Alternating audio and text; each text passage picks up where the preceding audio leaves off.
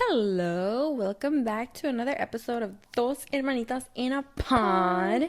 My name is Miriam. My name is Reese. This is Cosmo. Oak is on the floor. Jinx, Yomi we are back with another Spooktober episode today because it is October. It is. It's Spooktober. Spooktober season. It's spooktacular. Yes. Just had me Spooky. 2 bowls of fish stew. So good. Oh, I could just take a nap. Hit so warm hard. belly, warm soup belly. Yeah, I got warm soup belly. I was sweating. It's because I put a bunch of chili in it. I was sweating and my nose was running. But that's how you know it was good. You should catch it. Oh. I hit my knee. You need to cut that part out. That was so good. The knee is... Yeah. My sister got dropped again, y'all. I got dropped again. Thanks, potato, for that one. That was the potato. I Oakley's was the like, potato. and I've been holding him now when we go to the bathroom because obviously he goes crazy for the cats, and he can't drop me, bro. I'm too heavy. It's all that stew I eat. I'm like too heavy. He dropped you, no problem. You're taller. Oh, like slightly. I'm close like to the floor. inches, huh? Yeah. And he went off on a kitty cat, and I was just bear hugging him. He looked silly, and then Cosmo was like on the side. That was a good one. That's a good impression. Up. He's so funny. He's like a screaming banshee. Yeah. He doesn't bark. Like if I heard that in the middle of the night, I'd be scared. I'd be on ring. Did anybody hear that scream? Everybody hear that boom? That's always the thing that goes on in our neighbors app. Did anybody hear that boom? Yeah, but recording on a school night. We are. Because you were busy yesterday. Mm-hmm. You got home super late. And I was like, girl, I'm not recording at 10 p.m. That's insane. It's my bedtime. So now we're recording. Now I had to go to a meeting all the way in Sac, bro. I'm exhausted. And I just had 2 bowls of stew. So if I close my eyes, it's nothing personal. It's just me. I got all factors. I really could. And I'm getting sick. And you're getting sick. It's I can tell you. off. Yes, but we are back. This weekend was a chill weekend for us. Mm-hmm. But some people were up to stuff. Some people got busy. I got busy. Some people got busy. Yeah. You know what I'm talking about? Yeah. The people who Hannah robbed Montana. No, I'm just kidding. Double life. What? Just kidding. She's just Miley now. Yes, please respect that. My B. Anyway, the people who were the people who robbed the Louvre. They got robbed this Sunday, y'all. To rob the Louvre. I think it's a publicity stunt. I doubt it, dude. I think it's a publicity stunt. How are you gonna rob the Louvre in the middle of in the morning, in the day, bro? Nobody's expecting you to do it in the middle of the day. That's insane, bro. And it would not benefit the Louvre to be like, oh yeah, we can get robbed. That looks so bad. It does look bad. Why would they want to? It already looks bad. Why would they want to? Like it was so easy to rob them. I could have done it. Weren't they dressed up? They were dressed as like construction workers. It was 3 or 4 guys. I don't remember. 4 guys. Pick 3, my lord. No, pick 2. God damn. Turn the shit off. It's 10 p.m. It's not 10 p.m. But yeah, I think there was 3 to 4 guys. They were dressed as construction workers. They were wearing high visible vests, bro. You don't expect it to be them. It's crazy. And then they used they robbed. It was the second level that they entered, and they did it through like this little machine that has that carries people who work on electric poles. The crane? Yes, something like that. And they got on the basket and they hopped on, and then they used the same machine to hop down. So there was somebody down there operating. There were 3 or 4. 3 to 4, yes, something like that. And they got all these jewels within 4 minutes. Whose was it? It was... I tell you right now. It was like Queen Eugenie. It was from like Napoleon's wife or something. Oh. Napoleon. Was it Napoleon's wife. Yeah. It was awful. I got the article right here. Right here. Hold up. Hold up. So it happened on Sunday. They stole 8 items of jewelry. Price of these jewels you can even calculate. It's so much money. Uncalculable. They targeted the Louvre's Apollo Gallery, which contains France's historic collection of crown jewels. And these, whoever stole these, divas, because they're all like, it's all diva material over here. They stole 8 pieces. They tried to steal the 9th, which was the crown of Empress Eugenie, a wife of Napoleon III, which features 8 gold eagles, 1,354 diamonds, 1,136 rose-cut diamonds, and 56 emeralds. But one of the guys dropped it. It's damaged. And left it? Well, yeah. They're running. He dropped it when they were running out. Oh, okay. So, I thought he just left it because, ya lo quebré. So that was one of the ones they wanted to steal, but he dropped it on his way out. But damn, I bet they beat him up. They were like, "You fucking dumb idiot." That's so mean. They took him out. Oop. Okay, this is one of the. Look at this, and all of these pieces. You okay, bud? He just had a meal, bro. He's processing. Yeah. Chef's kiss pieces, okay? Good soup. Look at this. Wow. Tiara of Empress Eugenie. This one is this tiara features 212 pearls, 1,998 diamonds, and 992 rose-cut diamonds, dude. It's crazy work. This is beautiful. Yeah. Then they stole her another Empress Eugenie decorative bow. All diamonds. This bow includes 2,438 diamonds and 196 rose-cut diamonds, bro. Look at that. No me lo pondría. Stop. You would. That'd be on my hair have right a headache, bro. It's I think it's just like a brooch or it's not for the hair? It's not for the hair, bro. Well, then freaking be leaning. Then they stole her brooch, another brooch. It's called a reliquary brooch. Reliquary brooch? What does it look like? It's beautiful. Look at this. It's just diamonds on diamonds on diamonds. That looks like an earring. Then they got the sapphire tiara, necklace, and earrings, bro. They got the whole set. The tiara, the necklace, and the look earrings. At this. Ooh. Dang. Sapphire. Damn. That's a pretty tiara.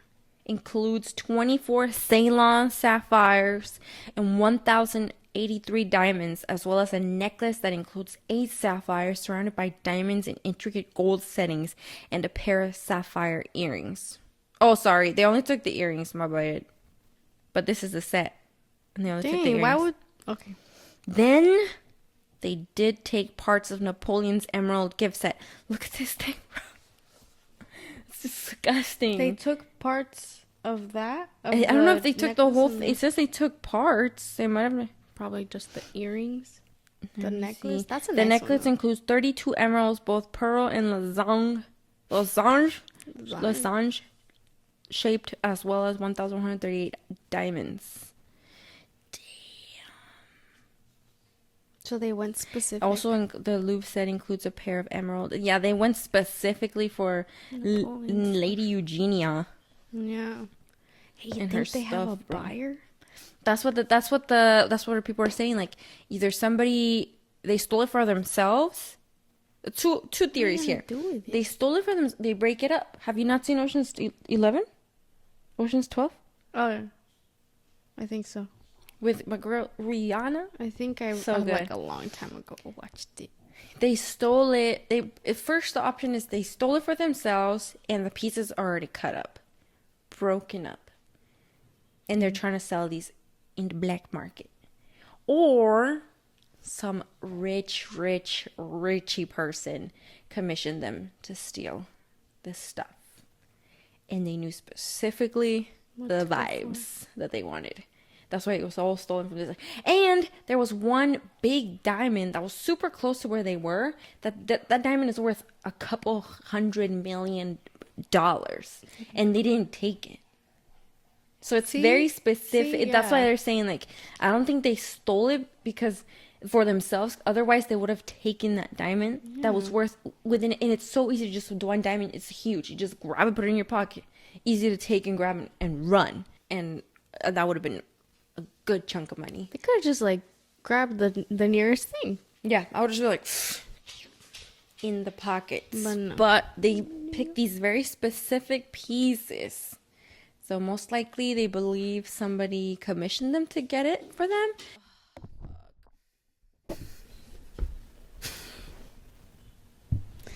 Also, it's very hard to get these exclusive squishmallows. Yeah. It's like the lottery. Yeah. I've been trying to get you like some fun, like one-of-a-kind squishmallows, and I was able to get you one. X-axis. X-axis. Super cute squishmallow. It's beautiful. Go bring it. Okay. No, Cosmo. Yeah. Go bring it, Cosmo. He brought me Oogie Boogie. Yes. And they had a corpse ride. The thing sold out. I was like, I'll just add it to my cart, I guess. They have a Chucky, but I didn't see that one either. Nah. So cute. They're coming out with a bunch. Did you see? They came out with a perfume. Yes! It's so cute, dude. I know. I was like, damn, should I get it for her? I wonder if it smells good. I think they have it at Ulta. We should check it out. Go? Yeah. I bet it's like $20. Dude, nah. No, I'll see. Because it comes with the freaking poof poof. Let's go check it out. If it smells good, I'll buy it for you. Poof poof. But anyway. Yes, most likely somebody commissioned this heist. So that means if this happened, then we're going to be lucky because the collection is not going to be torn apart. Yeah. It's going to be kept, you know? Yeah. Somebody rich out there just got a little bored. I wonder if, because they're saying like, oh, if somebody commissioned this robbery, then we can get the pieces back. Yeah. Will they go to jail? Yeah. Yeah? Yeah. So like, how are they going to figure out who got him?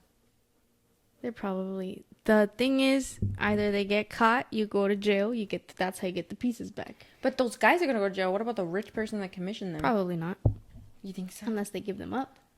Dang. But then the backup is like, I'll take care of your family if you don't mention my name. Because you can't hide jewelry like that. No.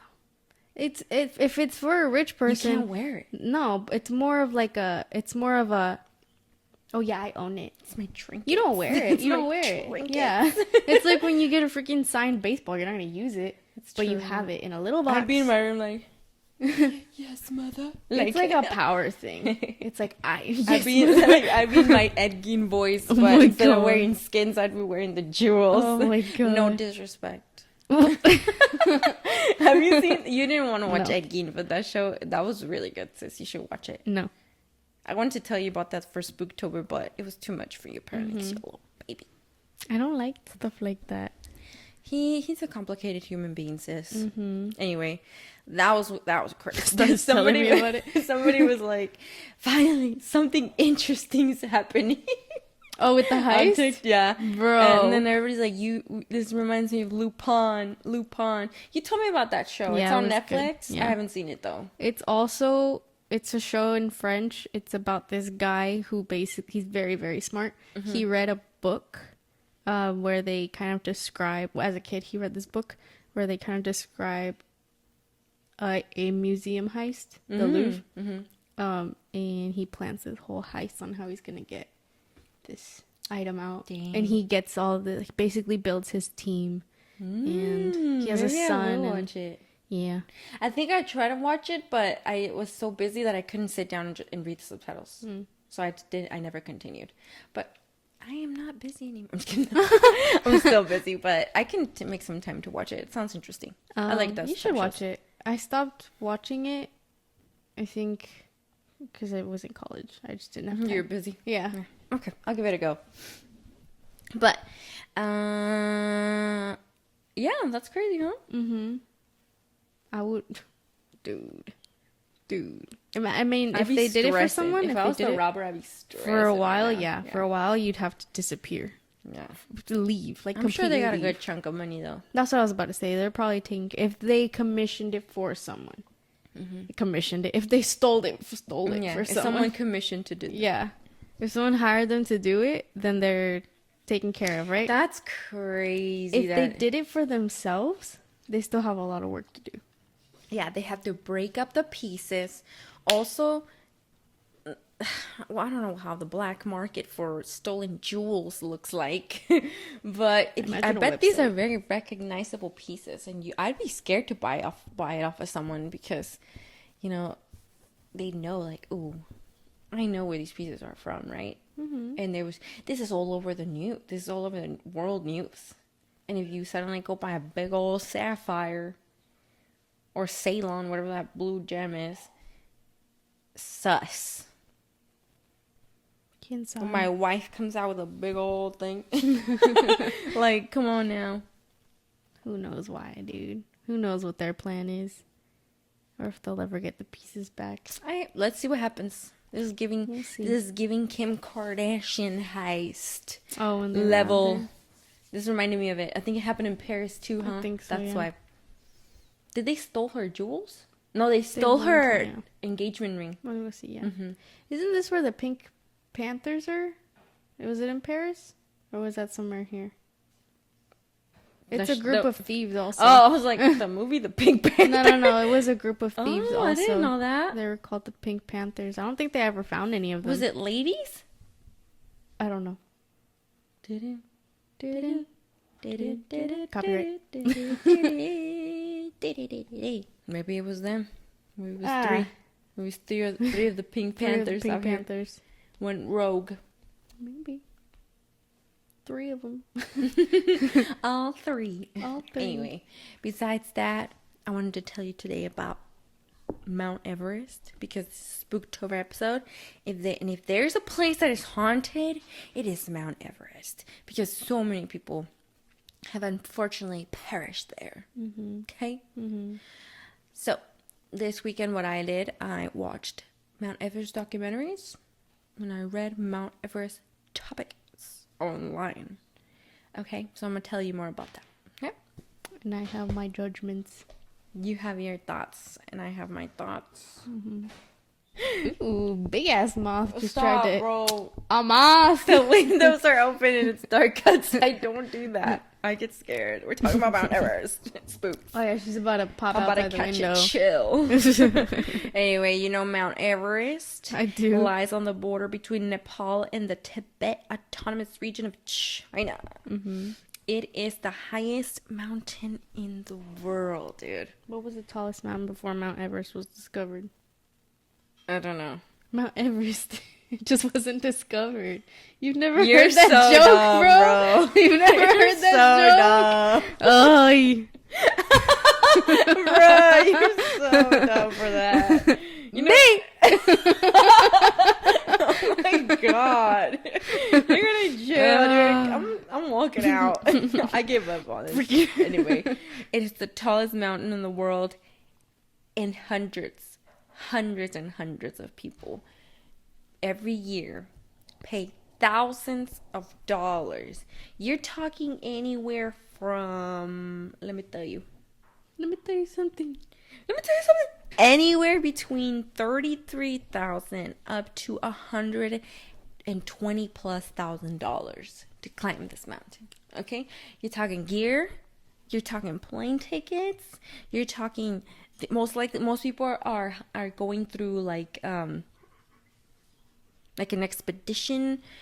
What do you call these? Company? Like a company that guides them through Mount Everest.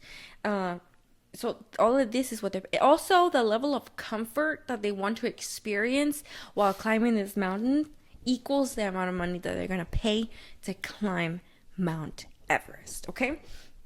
So, of course, I'm going to tell you about the silly people who climb Mount Everest for sport or ego or simply because they feel like it's a calling to them, right? Mm-hmm. But also, I wanted to tell you about the true climbers of Mount Everest. The Nepalese people, the Sherpas, who risk their lives during every season to help these people climb this mountain.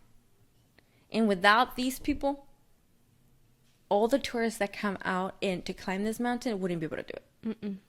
It's ridiculous the amount of work that goes into making sure that someone summits Mount Everest. Mm-hmm. Okay? And it's not like yes, you put a lot of work, you put a lot of effort into training your body, but in the end, the true climbers, the people who are actually conquering this feat, it's the Sherpas, dude. Mm-hmm. It's the Sherpas. So, let me tell you what it takes to even get to base camp of Mount Everest. Okay? First, you arrive to Kathmandu, which is the capital of Nepal. This is an itinerary that I found online, because as soon as you Google how to climb Mount Everest, you get a bunch of companies, expedition companies, that you could like go on their website. They can tell you how it's gonna happen. Oh, it's so scary. I bet you $1 you're about to start getting emails. Or I didn't put my email anywhere. It's out there. Or freaking ads on your social media. I'm not gonna climb Mount Everest. I'm not. Let me tell you, after doing all this research, I can see, like, in a small part of my brain over here, I can see why you want to do it, right? Because it's incredible. It's incredible to be able to reach the top of the highest mountain of the earth, right? And you get up there, and they say it's like the sky is the bluest sky you've ever seen because you're so high up in the air. Okay. I can see why that would be like a high somebody's like reaching for and searching for, right? Especially if you're like a mountaineer. These people love to climb. So why not have climbing Mount Everest on the top of their list, right? I understand that. But it's also a very selfish thing to do. Because not only are you putting your life at risk, you're putting all the other people that are helping you get there at risk too. Like the company that's with you, the Sherpas especially, because they're the ones carrying everything for these people. They're the ones cooking for these people. Like they're the ones making these climbs up and down the mountain to all these different camps to make sure that your experience here is the best that it can be. If you're paying top $1, right? So let's talk about how to get to even get to base camp. You don't just pull up, okay? You don't just like pull up in a little cart or like fly in. Mm-hmm. You fly into the capital of Nepal called Kathmandu. From Kathmandu, you're going to head to another town called Lukla by taking a plane on the Tenzing Hillary Airport. Tenzing Hillary Airport, which is one of the smallest airports in the world. From Lukla, you will start your trek, which is your walk towards Padang, which is 4 hours long.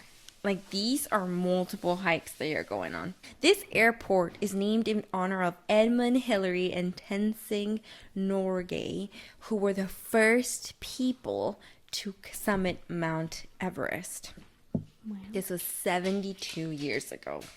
They were the ones that started it all. Wow. They were the first ones. So, then you're going to walk 4 hours to Padang. These names, sorry if I mispronounced them. At this point, you're at 2,640 meters in elevation. Okay? Then, from Padang, you're gonna get to Namche Bazaar, and you're gonna cross through the Duk Koshi River through the famous Hillary Suspension Bridge at a height of 125 meters, bro. It's like that bridge in Shrek when they have to get to the castle is like that. Oh my god! A little more stable, right? But it's like that. Whoa. But it's you have a line of people walking through it. It's like I don't know if I could do that. I don't know if I could do that. I would see that. I'd be like, you know what? This was my Mount Everest. This is my Mount Everest, and I'm not gonna get there. Mm-mm. Okay, after walking 6 hours, you're gonna go ahead and reach Namche Bazaar. These are 10 hours on your walk, bro. Obviously, it's split between days, right? Yeah. so much walking. So it's very important that you stay hydrated. Also, this is helping you acclimatize because you're only going to be going higher and higher and higher and higher, right? So, and the higher you go, the less oxygen there's going to be. So this is going to help you acclimatize to that new elevations that you're reaching. So very important that you hydrate, you eat, you like take care of yourself. Don't exert yourself too much because this is the beginning of the beginning. Okay? Dude, I was reading this last night. I was like, oh my God. I'm in bed right now, cozy.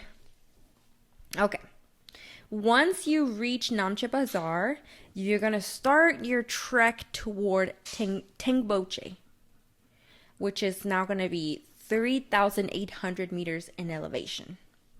From then, you head over to Periche, which is about another 5 to 6 hour hike to get to Periche.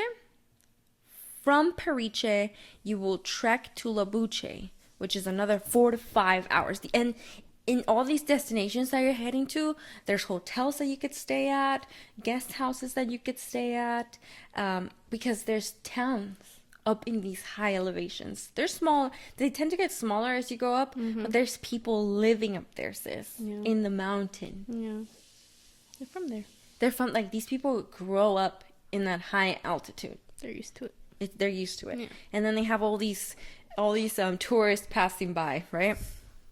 So, from Labuche, that's where you will trek to the Everest base camp, where you will be at 5,360 meters in elevation.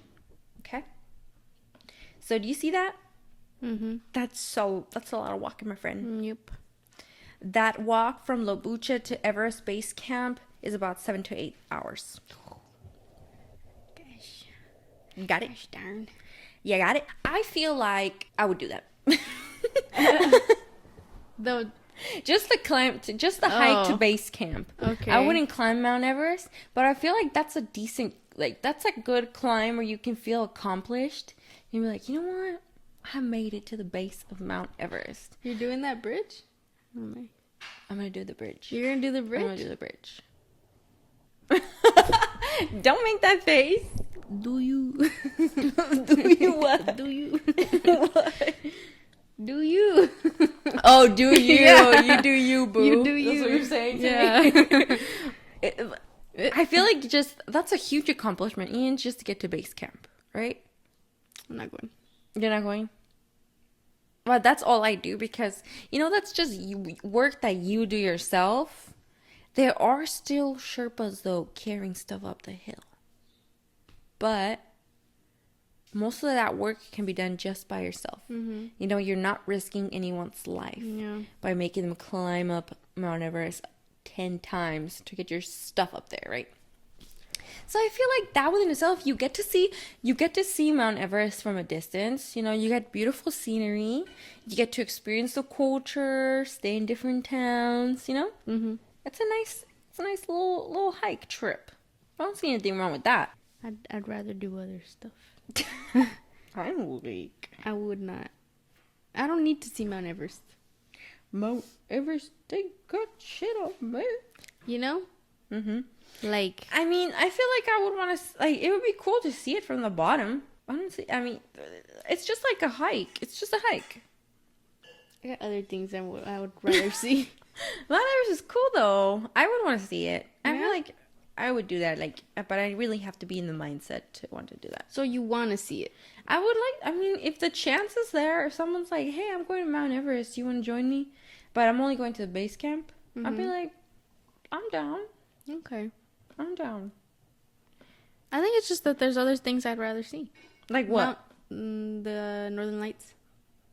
The Aurora Borealis? I've always wanted to see the Northern Lights. Let me see. Yeah. Yeah. It's like a freaking, what's it called? Natural phenomena in the sky. You don't have... It's where do you beautiful. see that? I forget. Alaska, I think you can. And I know for a little bit it actually showed up somewhere in the United States. I think they could see it for a little bit. Yes. But we have always lived in places where we in can Cali, never see any of this. We don't see anything. Yeah, we like don't see the freaking- eclipses. We don't see nothing. I've never seen a meteor shower. Meteor.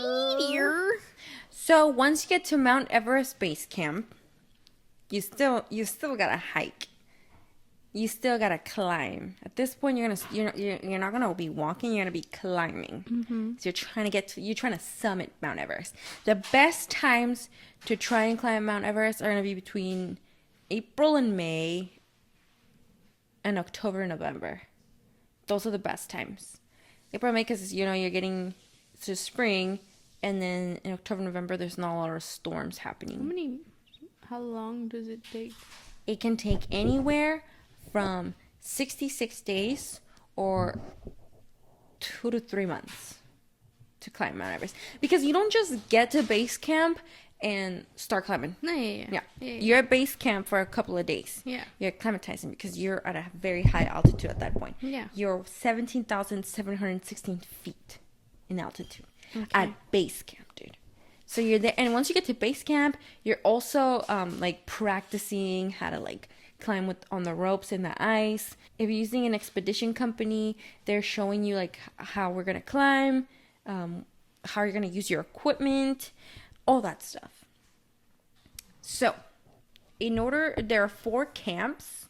The first camp, this is a map for you to see. You see it? Mm-hmm. That's Everest base camp right there. Then, in order to get to Camp 1, which is going to be at 19,898 feet in elevation, you have to go through the Khumbu Icefall. Okay? The Khumbu Icefall, I feel like that's sunny, what's always sunny meme where the guy's like, with all the equations on the wall. Yeah. The Khumbu Icefall, bro, that's basically a river of snow. Okay. It's a river of snow. Okay. And guess what? You have to go up that thing 3 to 4 times. Right? 3 to 4 times. He's crazy. I'm gonna have to put him in a dog show because he just went through the whole tripod, didn't touch it once. He could do obstacle courses. He could do agility You got courses, it. Yeah. I'm gonna sign you up. You got a job. you You're got hired. It. Boop. Oh. I didn't do it hard. He said, So you have to go through the Khumbu Icefall. Not just like once or twice. Sometimes 3 to 4 times. Okay, because you're going from base camp to Camp 1, and then you're going back down, baby, because you need to acclimatize yourself. You need to build red blood cells so that when you get up to Camp 2, you don't fucking die. Okay because there's a couple of risks that come with, like, if you don't acclimatize properly, let me tell you what's gonna happen to you. If you don't acclimatize correctly, you're gonna get mountain sickness, you're gonna get pulmonary edema, or you're gonna get cerebral edema, okay? Which is basically retention of fluid in your lungs or your brain, right? Yeah. Your brain's gonna swell. Hey, guess what? You're gonna die if your brain swells, okay? Yeah. But they do have like portable hyperbaric chambers that they can put you in. It's just basically like a big bag, and the person pumps it with like oxygen someone else to bring down that pressure that's in your brain, and you do that, and it hopefully brings you unswells your brain a little bit right there so you can continue. Isn't that crazy? That's insane, dude. All this stuff you have to do. I'll tell you. Okay, I'll tell you. Okay, so the Khumbu Icefall, that's the most dangerous. I mean, besides the death zone, which is like Camp 4, that's one of the most dangerous because you're going through, you're taking ladders across crevasses, bro. Remember? We watched that movie. People said crevasses on the videos. They call them crevasses. Okay. So they put these ladders on top of these basically holes. Yeah. Because it's just chunks of ice together, and you have to walk across the ladder. And there's a person on the other side and another one on the other side, and they're holding these ropes. And as you're climbing across this ladder that's like this, just walking across it, they're just holding you with strings. So in case you fall, they at least got you. Okay. That's insane. Okay. Wait, one person on one side, one person on the other side? So whoever crossed for part of the expedition, part of the guides, one of them's at the front, one's on the back, and they're helping you get across. They're helping all the people that are paid through their expedition. Because you can pick, right? Luxury, brokies. Okay? That they're going to help you get through. So you might survive and you're definitely going to die. That's depends on how much you can pay. I mean, I think the amount you pay is how much comfort you're gonna be in once you get to these base camps. Okay. Right? Yeah, to each of the 4. Or like some of these people are like basically pushing you to get this done, right? Because that's what you're hiring them for. Okay. Anyway, so this is the most dangerous part, sis. And you have to do that 3 to 4 times because you're going from base camp to camp 1 and then back down. And then back to back to camp 1 and then to camp 2 and then back down to base camp.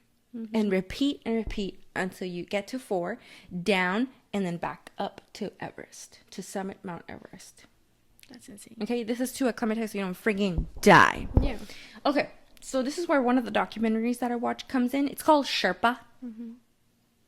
I had to buy it, so that's okay. For research purposes. It's from the documentary. You can buy it on Apple. It's from 2015. It's okay. So in 2013, the world's media reporting on a shocking mountain hike brawl as European climbers fled a mob of angry Sherpas. Director Jennifer Petum and her team set out to uncover the cause of this altercation, intending to film the 2014 climbing season from the Sherpas' point of view.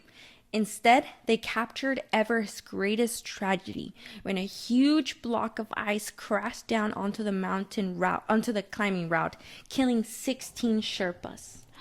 Not the Sherpas. For the Himalayan workers repeatedly traversing the mountains carrying supplies, the risk of this endeavor is multiplied. So that's what they show in this documentary, Sherpa. So yes, this happened on April 18th, 2014.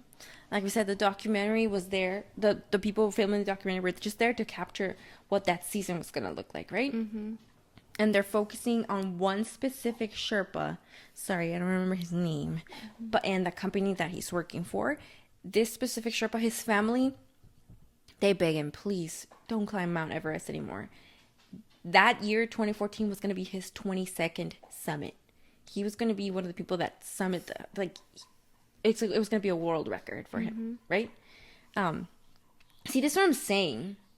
These people do Mount Everest 22 times. Like it's nothing, right? Yeah. But they're still risking their lives for other people. Yeah. But 22 times, dude, that's insane. To summit Mount Everest, it's like a day, it's like another stroll in the park for him. Yeah. Except he's risking his life. Yeah. So, he's leading a group of Sherpas for the company that he works for. Basically, it shows him saying that his Sherpas, they have to carry a bunch of equipment for the explorers, for the people who pay for these companies to help them climb up to Camp 1, and they have to pass through the, what is it called? I forgot the name. The River of Ice? Or what do you call it? They have to pass through the Khumbu Icefall. And you have to pass through the Khumbu Icefall in the night. You do not pass through the Khumbu Icefall in the day. Because it is a river of ice. It's melted? It moves during the day. You're at a higher risk of ice melting or like just rolling onto you falling through something. So you do it at night with the help of your headlamp. Jeez. Because that's when the ice is more stable. Yeah. So these Sherpas, what they do is they were going up through the Khumbu Icefall to get this equipment to Camp 1, and an avalanche happens. And that's how 16 Sherpas ended up dying, ended up passing away. The season hadn't even started, sis. They were just going to put stuff into Camp 1 for them. So this causes an uproar in within the Sherpa community working that season at Mount Everest. They basically are starting to boycott, saying that they want better conditions because the government is collecting thousands of dollars from these expeditions. Each person is paying upwards to $100,000 to climb Mount Everest, right? Yeah. That's a lot of money. And Sherpas only get paid 5 to 10K per expedition, sis. And it's significantly higher than what their yearly income is in Nepal. But it's still not, it's not equivalent to the amount of risk that these men are taking to help someone climb this mountain. Are there any female Sherpas? There are female Sherpas, and I will tell you about one. Okay.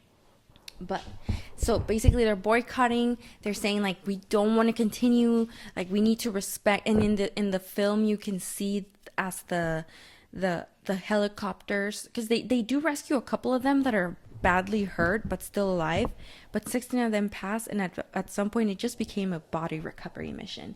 So you see this helicopter and it's just a giant rope hanging from the helicopter, and it's just carrying a body, and you just see it like floating like that, and that's how they're retrieving the body. So these are their friends. These are their brothers, right?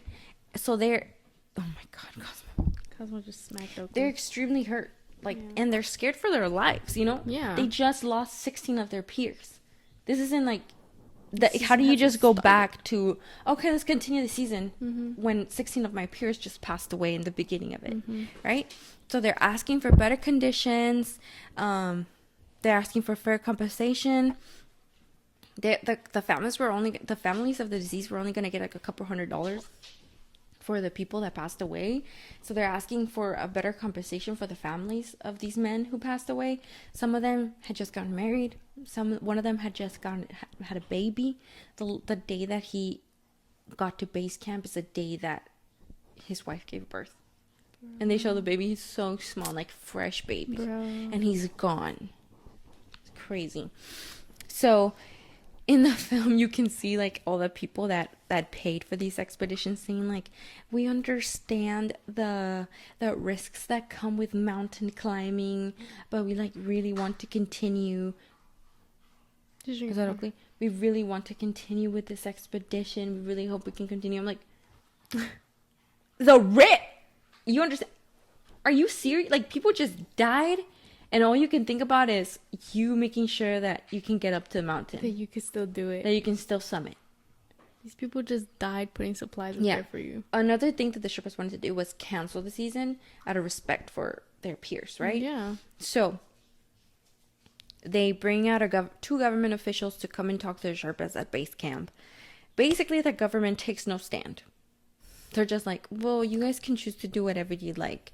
But the Sherpas wanted the government to acknowledge what had happened and say, like, hey, you guys need to take the season off to show some respect. But they didn't do that. They couldn't even do that for them. So in the end, this specific Sherpa and his company, the owner of the person that was running the company that he worked for, basically was telling the people who paid, the explorers who paid, that the other Sherpas were ¿cómo se dice amenazar? Threatening. Other Sherpas were threatening any other Sherpa who was going to help continue the expeditions. Like, they were going to physically hurt them or break their legs or like hurt their families. That's what this man that was running the company was telling the people who paid. And everybody's like, okay, so are we gonna continue? Oh my god. I was like, are you serious, dude? But the Sherpa that worked for that guy, he's like, I never got any threats. Nobody has told me anything that I would be risking my life if I continue with the expeditions. So most likely this was just something that the guy made up in order to like make people understand, like, hey, we can't continue. We can't continue with this with this climbing season. So eventually it got canceled. But that document, I didn't know justice with this explanation.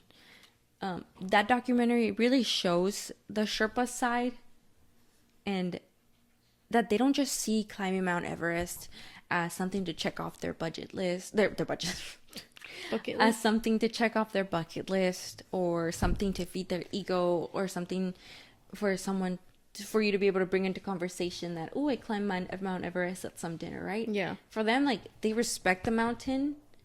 She is like a god mother of the earth. A goddess. They call it. They call it godmother or something like that. I don't remember. Okay. Yeah, but it's a god to them, and it's a woman, and they respect it. And they ask throughout this time. They are also praying before they even start. Before this happened, as they start the expeditions, they pray to the mountain.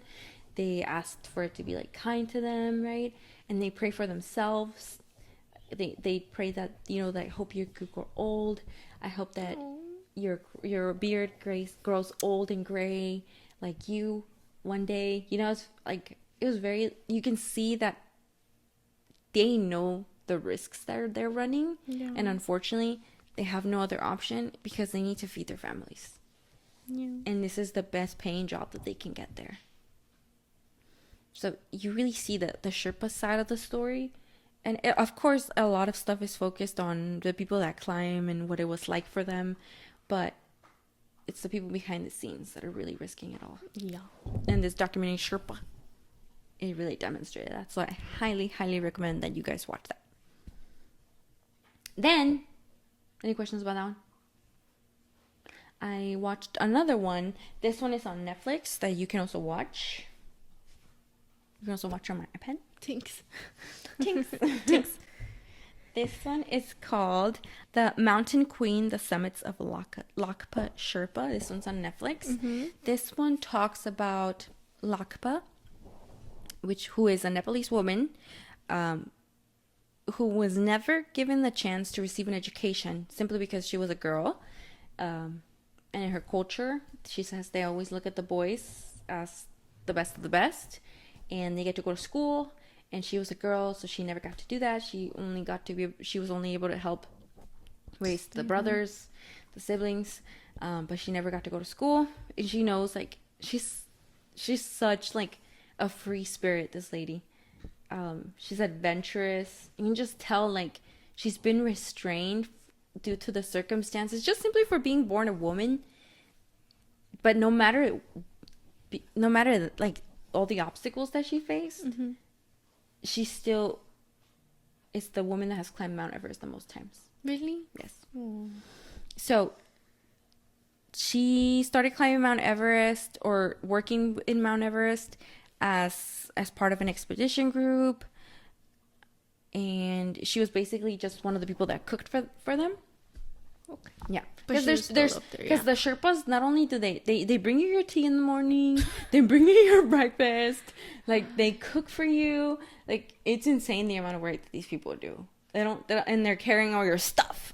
It's like a freaking Isn't baby. it crazy? Yeah. So she was doing that, and one of these, like, she made this documentary made me cry, bro. Mm. And she, in one of these groups, she meets this man, and she ends up basically falling in love with him. He was, what's it called? He was Romanian. Mm-hmm. He ends up falling with this Romanian man. She had never been to the United States, so she thought that he was American, because I guess she hadn't really been around a lot of American people. Yeah. And when she got to the United States, she realized, oh wait, he's not American. His English is completely different from an American English, because he had an accent. She decided to leave Nepal because she had fallen in love with a previous man, gotten pregnant, and she wasn't married. So she had a lot of shame. A baby? And couldn't see her family because of the shame that she had of having a baby out of wedlock, right? And then the man just basically, like, left her. So she ends up leaving with this guy, this Romanian dude. She ends up having 2 kids with him. He ends up being really, really abusive to her. It's crazy. It's really bad. So they just talk about all her life struggles, everything that she's been through. She eventually gets out of the relationship. She was working at Whole Foods, and through crowdfunding, she was able to get money to get to Mount Everest again, to get back to Nepal and climb it and summit for her 10th summit. Really? Yeah, and then she's the woman who has summited the most times. What? I think she holds the world record for that. Oh my God. Yeah, it's a beautiful story. Yeah. And it just shows, like, not only has she conquered Mount Everest 10 times, but she's conquered all these other obstacles that life has thrown at her. And if only she would have been allowed to have all the opportunities that her brothers were allowed, imagine what else she could have done. Yeah. I think it just made me really emotional to see all of that go down in the documentary. I highly, highly recommend it. And you see her daughters and how much they are inspired by her, but because they experienced the abuse of their father as well, right? Yeah. They lived it. Yeah. So they had a lot of trauma from that. So them being able to see their mother Do all that. do all of that and still be herself and and have this beautiful, like, flamboyant spirit, because you could see her talking. She's just so strong, right? I was like, oh, that reminds me of my own mother, right? Yeah. So it made me emotional. Yeah. And it's just a beautiful, beautiful documentary that I recommend everybody to watch as well. And if both of these focus on Sherpas and their journeys and their lives and how do they feel, their point of view, which I think is also really important when it comes to talking about Mount Everest, because those are the real people who are actually putting their life on the line because they have to, because that is the job that they need in order to feed their families. That's kind of crazy to me that they have to do that job to be able to live. It's so scary, sis. Like you risk dying. Yes. Just to try to live. Thoughts? That that you have to have this such a dangerous job just to make enough money. Oh, the fact that these people pay this amount of money, this insane amount of money, to be as comfortable as possible during this insane climb, for the people who are actually doing all of the work to not get paid that amount. The right compensation that they should be receiving for the amount of work and the amount of risk that they're taking compared to dude, I've seen the videos on TikTok. Have you seen videos on TikTok of Sherpas carrying stuff? It's so much stuff, sis. Then they're carrying the body down of someone who couldn't finish the climb sometimes. I don't mean like a dead body. Sometimes it's just like, sometimes it is a dead body. Or they're just weak. Or they're just super weak. And this human is having to carry a whole other human because one of them decided, I want to climb Mount Everest, and couldn't. Yeah. They couldn't finish it. Yeah. That's why I got an issue with Mount Everest. Not the mountain. The idea of climbing it. And I saw somebody like on Reddit saying like, I'm a mountaineer. I love to climb mountains, but I wouldn't do Mount Everest because I feel like the spirit of mountaineering is gone now from the people that climb Mount Everest. Some of them are like noobs that are just paying tons of money to make sure that they get there. Some people, it's mostly ego. They're losing track of why we climb mountains, or why people climb mountains, because they want to connect to nature, because they want to feel nature, you know? The amount of trash that's up there. Yes, that's another issue. Shows the disrespect that they have towards these mountains. Yes. Like if you actually respected the mountain itself, the fact that it's there, it doesn't allow you to climb it. You're forcing yourself to climb it. If the mountain wanted to be climbed, it would have been easy. It would have been easy. It would have been easy to go up. Yes, but no. This mountain has made it nearly impossible to do. So now it's become this impossible, that you've done the impossible, ¿verdad? If it wanted to be climbed, it would have made it easy. Yeah. It obviously doesn't. And you still go and you do it, and you disrespect it by leaving all this trash behind because you didn't want to carry it back down. Yeah, there's so much trash. Yeah. It's insane. And there are rescue expeditions, but the Sherpas say like that's a waste of time because we also need to do dangerous expeditions to go haul all this trash that's up there, because there is so much trash that people leave behind. And I always thought like if you were a nature person, or like even when we went camping, it was always that you have to make sure that it almost looks like you were never even here. That's what we were. We camped a lot when we were kids, and we were always told you have to make it look like you were never even here. If you throw something, like it can be like something compostable, right? Like a fruit pit or something. But other than that, like everything else, when we leave this space, it has to look like no one was here. And don't leave your trash. No. I feel like people just have no respect. They don't. They really don't. Yeah, there's a ton. It's a big issue. There's a ton of trash. There's this kid that I'm watching. He made a video on. He has a YouTube channel. Ray Mitchell. He uploaded this video climbing Mount Everest, the full 42-day journey. It's freaking 5 hours long. I'm like an hour in, and I'm gonna watch the whole thing. He basically documents from day one up to summiting Mount Everest. I haven't finished it. Yeah. It's really long. Yeah, but I think it's cool because as a person who's never gonna do it, I'm able to see it through this video, right? Live it through them, yeah. I mean, I feel like this is what I'm saying. Like, I feel like climbing to the base camp or hiking to the base camp is something you can do where you're not risking your life as much or somebody else's life, right? As someone who's paying these Sherpas to get up to the mountain and carry all their stuff. And you can still experience the spirit of the mountain at the base. Yeah. I feel. Yeah.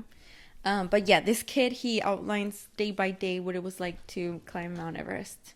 And he does touch upon the fact that there's trash even leading up and walking through these small towns.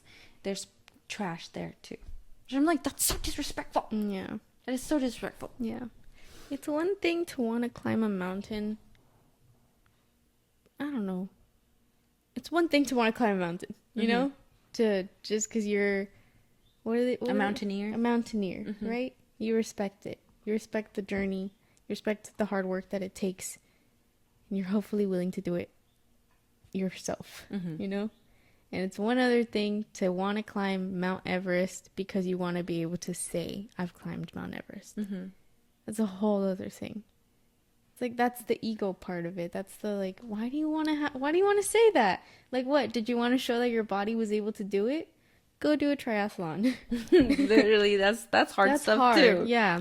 Go see that your body can do a bunch of amazing things. You don't have to, like, put other people at risk for your ego. That's what I have a problem with. It's that whole,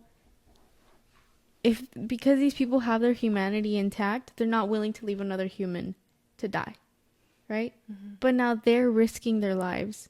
Yeah, because the Sherpas will help you. Yeah, they're not going to leave you behind unless, like, they have to save their own life, and there's nothing you can do. That's what another thing that I talked about in the Sherpa documentary.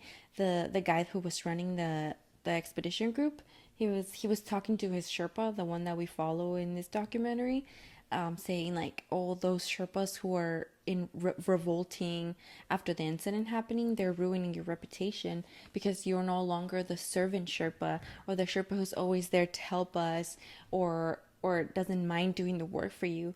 Now they're making you look like you're a rebel. And I was like, bro, God. What the hell? What? Do you even see them as people? You don't then. You're freaking donkeys or something. They're human. Yeah. You know? Yeah. Like, even animals that you use to carry things, they should be treated with respect too, because they're doing the hard work. Yeah. Now you have a human being next to you carrying all of your things and all of your supplies and your extra oxygen probably. Yeah. And you gotta need at least 10 tanks of oxygen, and they come at like $200 a pop. Yeah, dude. It's expensive. The thing is, like, to do that, you have to be okay with someone else dying for you. Yeah. How are you okay with that? I feel like I'm not gonna climb Mount Everest, but if I ever would climb Mount Everest, I'd be like, hey, if the mountain's gonna take me, the mountain's gonna take me. I took this risk. Do not risk your life to make sure that I come back down. I understand what I'm getting myself into. Do not risk your life. Do not come back for me. Unfortunately, this is the way I was supposed to go. If the mountain gets me, the mountain gets me. Yeah. That's it. Yeah. That's it. Don't unhook yourself trying to grab me. No, because that's what happened in the movie Everest, and that's like based on a true story, based on the book Into Thin Air. That's what happened in the movie Everest to Rob Hall. He was running the expedition for Adventure Consultants, right? So he had climbed Mount Everest a couple of times, and basically they were trying to get the people who paid. They were like, we need to make sure that people summit this year because we didn't have people summit last year, so we have to make sure that happens. So basically in the movie, they finally get to summit Mount Everest. There's one person that's fallen behind. They have to return back to the camp because it's going to get dark out, and there was a storm that was going to happen, and it was like they could only be at the summit for a couple of minutes, and then they were heading down, right? So they get to the summit. He notices one of his guys is still a ways into reaching the summit, so he goes back to talk to him. He's like, we can come back next time. We don't have to do this right now. like, we need to go back. We're already like 2 hours behind schedule. We should have been going down, like, we should have been down this mountain. But the guy's like, no, I paid money. Like, I need to do this. So in order for him to basically fulfill the wishes of this man, he helps him summit Mount Everest. He summits. This dude's like going. He's dying. He's weak as hell. So they end up getting stuck in the storm. Yep. This dude dies. Yep. So Rob Hall ends up getting stuck up on Mount Everest, and he survives the storm. They try to go up to get him. They can't get him down. He's stuck up there. He has a satellite phone, or like a walkie, or satellite walkie. I don't remember what it was. I think it was a phone, or like I think it was something like that, something or a walkie. like that, yeah. And he ends up calling back to his camp, and they basically tell him like, can you call my wife? Oh, yeah, you're right. It was a walkie because who is also, by the way, pregnant. Yeah. And she's back home, and he basically just wants to talk to her and tell her like goodbye, because this is the end. And he ends up passing away, and he didn't have to. That's the thing that messed me up from that movie. Yeah. Is he didn't have to. Yeah. It was just because of this guy who was so selfish that wanted to summon Mount Everest when the window to summon Mount Everest was over. Yeah. And they were supposed to be heading down. He knew. He was telling him, it's over. It's like, this shouldn't be done. He was like, no, I have to do it. I'm already here. Like, okay, you're already there, but now you're being told. Because the thing is, with Mount Everest, timing is everything. Yeah. Sometimes you're waiting at these camps weeks to make sure that you're summiting when the temperature, the weather is good. Yeah. Or else it can become very dangerous very fast. Yeah. That's why it takes so long sometimes to get up there. But yeah.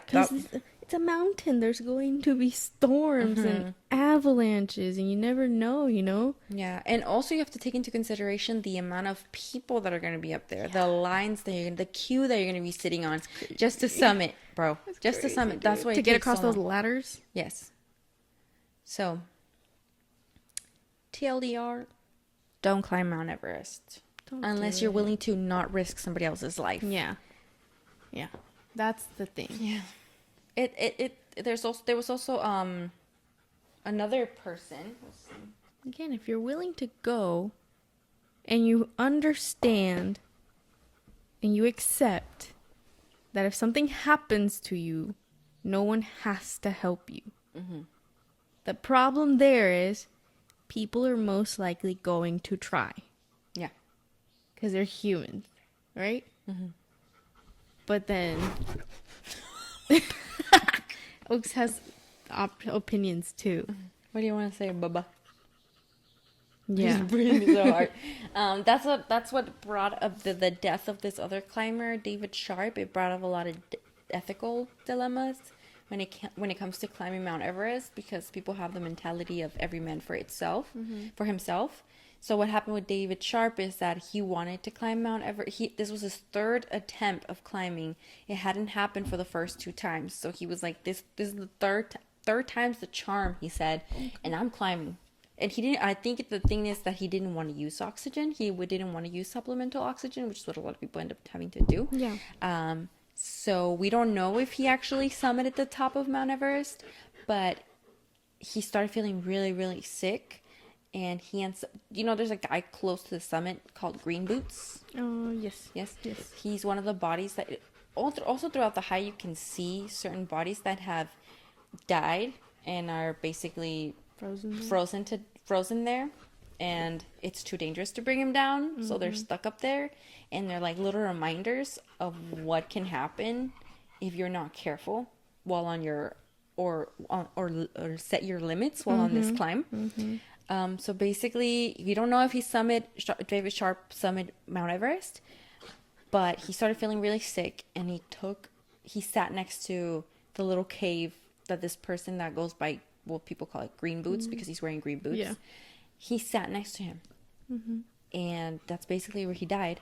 But it took him a long, long time to pass away. while he was in there, a lot of climbers walked by him, and they kind of like were like, they thought he was dead. Eventually, they found out like, oh, he's still alive. They tried to offer him oxygen, but obviously there was not like the oxygen was gonna do anything. Yeah. He was dying. Yeah. He was experiencing like hypothermia. You know, he was shedding his clothes, but nobody tried to help to bring him down. So, any other final thoughts? It's just that deep. You just ate the mic. Psycho. Okay. What were you gonna say? It's just, I don't know if I'm wrong to think or see it that way, you know, because it does sound kind of selfish, the whole like, don't expect anyone to save you. At the same time, it's kind of selfish to expect someone to save you, you know? Yeah. Because it's like, this person is now having to risk themselves because you made a decision. Yeah. You know? I think Oakley's trying to say that it's time to stop. He's losing it. I know. He's like hyper right now. Yeah. But yes, Oakley says do not climb Mount Everest. Yeah, Oakley thinks it's... Cosmo thinks so too. They're breathing very hard. This topic has them stressed out. They want us to be done. Yes, but thank you for joining us for another episode. Mm-hmm. It wasn't like ghost spooks, but it was ethical spooks. It's the dilemma. And I'm very interested in Mount Everest. So, perfect excuse to watch more documentaries on it. Yeah. I think that when I watched the movie Everest, that's when I was like, I went into it with, I've thought about Mount Everest before. I've thought of the people who climb it, the people who die on there. And to me, the fact that they stay up there is really sad because their bodies are pretty much forever preserved up there. And as much as you might want your family member back, again, it's probably pretty expensive to bring them down. And dangerous. There have been missions to bring people down where other people end up passing away. Exactly. So, again, as much as you might want your family member back, you probably can't get them. Or maybe people were like, if I end up passing away over there, just leave me over there, you know? Die doing what I love. Yeah, but me personally, I don't even like the idea of being buried. So I would hate the idea of staying up there and people just walking by over me yeah, to keep going. Yeah, also, the idea of stepping over a human body is... that would scare the crap out of me, bro. I'd be like, let's go. Okay, well, I think it's time to go because these guys are about to beat each other up. Okay? Well, thank you for joining us for another episode of Those Hermanitas in a Pod. Take care, be kind. Happy Ween. Happy Ween month. Happy Ween month. Okay? Okay. Bye. Bye.